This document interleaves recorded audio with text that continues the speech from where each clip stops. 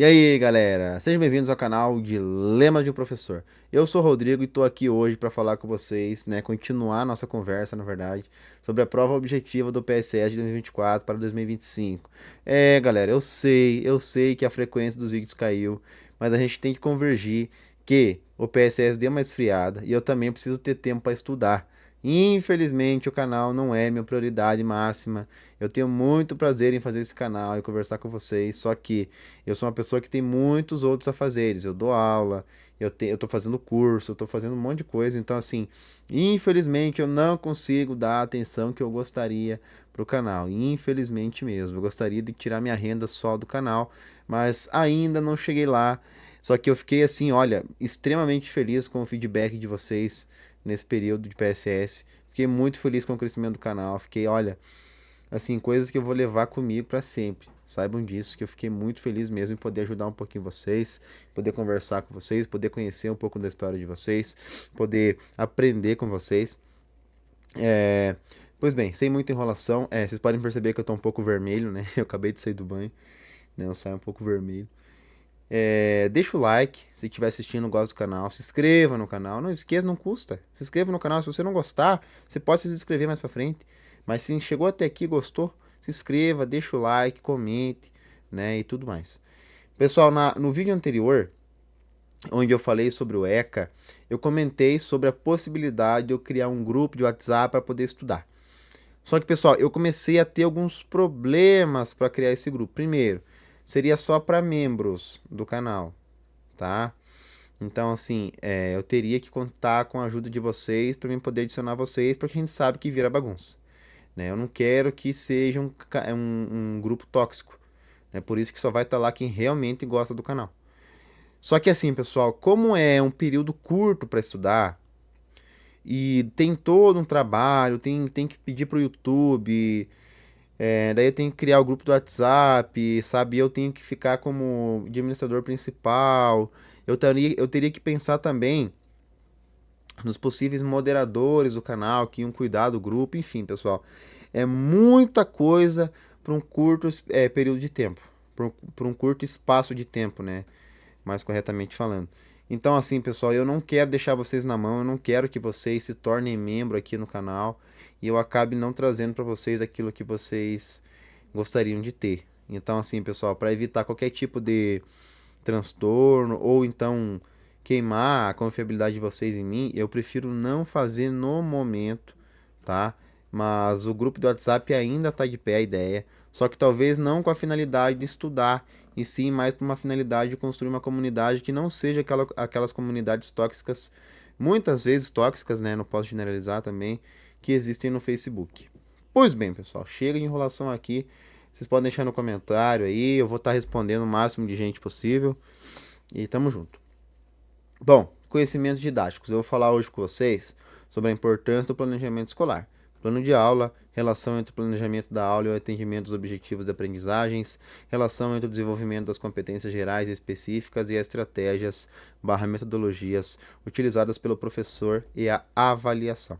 Então são coisas bem importantes ali, né, sobre o planejamento escolar. Pessoal, vale a pena também mostrar demonstrar aqui que o planejamento escolar não fala muita coisa sobre, é, como é que eu posso dizer?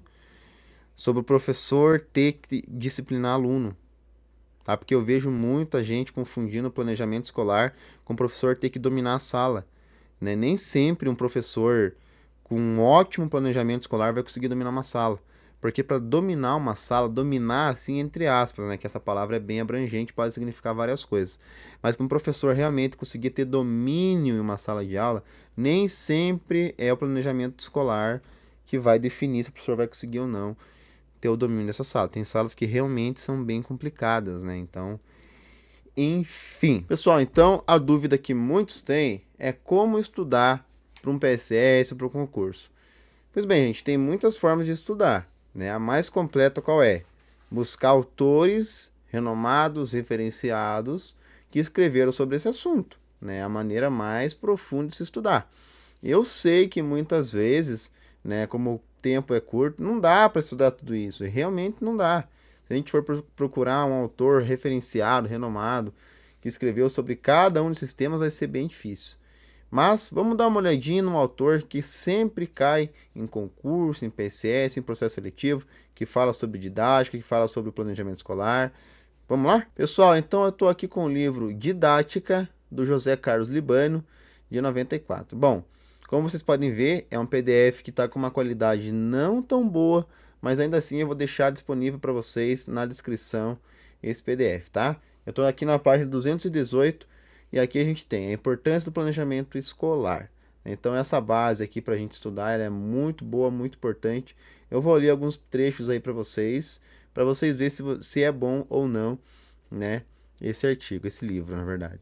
E eu acho excelente em termos de didática, né, um dos melhores livros que eu já li, né? Eu não li ele todo ainda, mas um dos melhores livros que eu peguei para estudar nessa parte da didática. Ele é muito completo, ele fala sobre muita coisa e permite a gente refletir muita coisa. Então eu acho que é obrigatório todo professor pelo menos conhecer partes desse livro, que ele é muito, muito bom mesmo. Bom, começando aqui então. O trabalho docente, como vimos, como vimos não, né? A gente não viu, mas está se referindo aos capítulos anteriores do livro. É uma atividade consciente e sistemática, em cujo centro está a aprendizagem ou o estudo dos alunos sob a direção do professor. A complexidade desse trabalho foi evidenciada ao longo deste livro.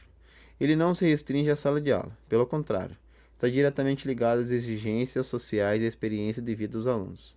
A assimilação de conhecimentos e habilidades e o desenvolvimento das capacidades mentais decorrentes do processo de ensino não tem valor em si mesmo, mas visam instrumentalizar os alunos como agentes ativos e participantes na vida social.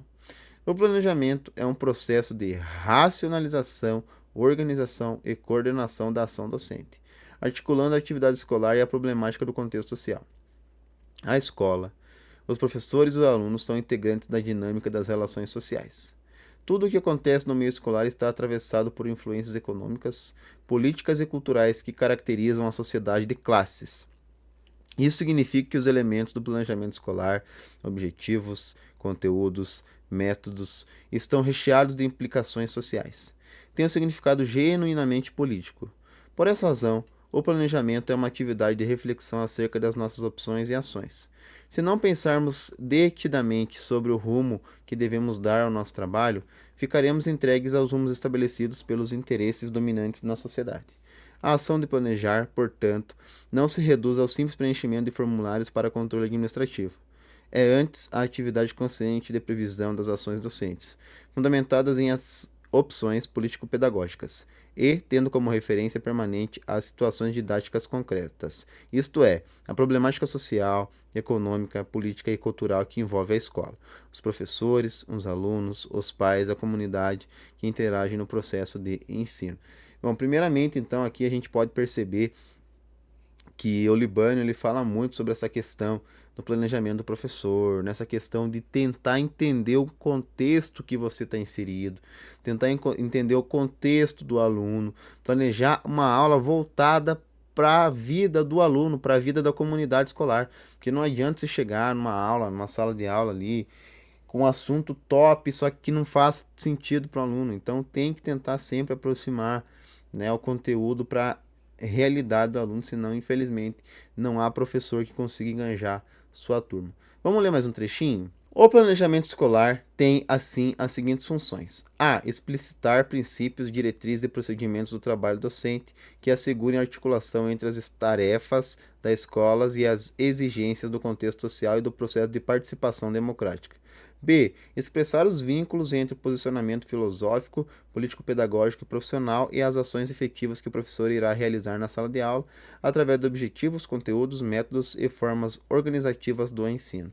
C. Assegurar a racionalização, organização e coordenação do trabalho docente, de modo que a previsão das ações docentes possibilite ao professor a realização de um ensino de qualidade e evite a improvisação e a rotina. Olha só que importante, improvisação e rotina são coisas que devem ser evitadas, né? Porque a improvisação ela é boa até certo ponto, mas quando você sempre improvisa, né, tua aula não tem um objetivo, né? Você inventa um objetivo e de repente você já pensa, putz, mas esse objetivo, será que era o objetivo que eu queria mesmo? Né? E a rotina é aquela famosa rotina que o professor chega, faz chamada, pede para os alunos copiar um trecho do livro, alguma coisa, e é isso, né? Tchau, acabou a aula. Então tem que tentar evitar isso, né? Bom, eu não tô aqui para ficar dando sermão agora, né? É mais para estudar mesmo. Então vamos continuar. D. Prever objetivos, conteúdos e métodos a partir da consideração das exigências propostas pela realidade social, do nível de preparo e das condições socioculturais e individuais dos alunos. E assegurar a unidade e a coerência do trabalho docente, uma vez que torna possível interrelacionar num plano os elementos que compõem o processo de ensino, os objetivos, para que ensinar, os conteúdos, o que ensinar, os alunos e as suas possibilidades, a quem ensinar, os métodos e técnicas, como ensinar, e a avaliação, que está intimamente relacionada aos demais. F. Atualizar o conteúdo do plano sempre que é revisto, aperfeiçoando-o em relação aos progressos feitos no campo de conhecimentos. Adequando-os, adequando-o, ali está um pouco apagado, mas é adequando-o às condições de aprendizagem dos alunos, aos métodos, técnicas e recursos de ensino que vão sendo incorporados na experiência cotidiana. G. Facilitar a preparação das aulas. Selecionar material didático em tempo hábil. Saber que tarefas professor e alunos devem executar. Replanejar o trabalho frente às novas situações que aparecem no decorrer das aulas. É uma leitura assim boa, né? Boa, é muito boa essa leitura, né? É escrito de uma maneira às vezes um pouco difícil, né? Mas ainda assim é um livro muito, muito bom. Continuando ali, gente, eu já li todos os tópicos do A até o G, mas vamos lá. Para que os planos sejam efetivamente instrumentos para a ação, devem ser como um guia de orientação e devem apresentar ordem sequencial, objetividade, coerência e flexibilidade. Então isso aqui é muito importante, inclusive eu deveria ter falado sobre isso naquele vídeo que eu fiz sobre o plano de aula, mas como eu fiz algo mais direto ao ponto, né? Então eu não fiquei me atendo muito a referências, muito a autores. Mas aqui a gente tem, né, a função de um plano de aula. Tem um objetivo, é como se fosse um texto, que tem um começo, meio e um fim. Muitas vezes no decorrer de uma história, né, o personagem tem algum objetivo que tenta seguir, aí tem os problemas, enfim, né? O plano de aula deve ser isso, né? E aqui a gente tem tudo que um professor, para ter a sua excelência, né, a sua excelência profissional, sua excelência, né, na sua função, deve seguir. A gente sabe que é muito bonito no papel, né? Muito lindo ler tudo isso, né? A gente até fica refletivo, né? A gente reflete muito quando a gente lê uma obra dessa. Mas, vamos ser sinceros, uma sala de aula não é assim, é totalmente diferente. Você não consegue falar 5 minutos na aula. Você já pensou? Você fazer tudo isso, planejar uma aula foda, planejar seu ano todo de aulas, adaptar cada aula para cada turma, trazer uma coisa diferente, pelo menos uma vez por semana, para depois você chegar numa sala de aula e dois, três prestar atenção em você e o resto não tá nem aí. E a gente sabe que não tem como, é impossível, né? Grande parte da crítica ao ensino público é relacionada a isso, né? A gente não tem a mínima estrutura, né? A gente sabe também que a condição social de algumas famílias afeta muito o desenvolvimento escolar do aluno. Então tem N fatores que fazem com que o professor não consiga seguir tudo isso. E não consegue mesmo, né? É impossível. Eu acho que nem no particular não consegue seguir tudo isso. Mas tentar se aproximar disso é bem interessante, tanto para o seu desenvolvimento pessoal, quanto para melhorar, né, a sua função profissional, a sua função social também como professor, né? Pessoal, o vídeo já tá longo, né? Eu vou deixar na descrição esse texto aí para vocês, esse livro. Ele é muito bom, né? A parte didática ali, esse livro basicamente vai suprir tudo. Temos ainda algumas coisas que a gente tem que falar sobre a BNCC, que eu vou trazer nos próximos vídeos. E deixa eu ver se eu falei tudo, se eu esqueci de alguma coisa. Eu acho que no mais é isso mesmo, gente. Deixa aí nos comentários que eu vou estar tentando responder vocês. Eu tô com bastante. Novamente falando, eu sei que é chato, papapá.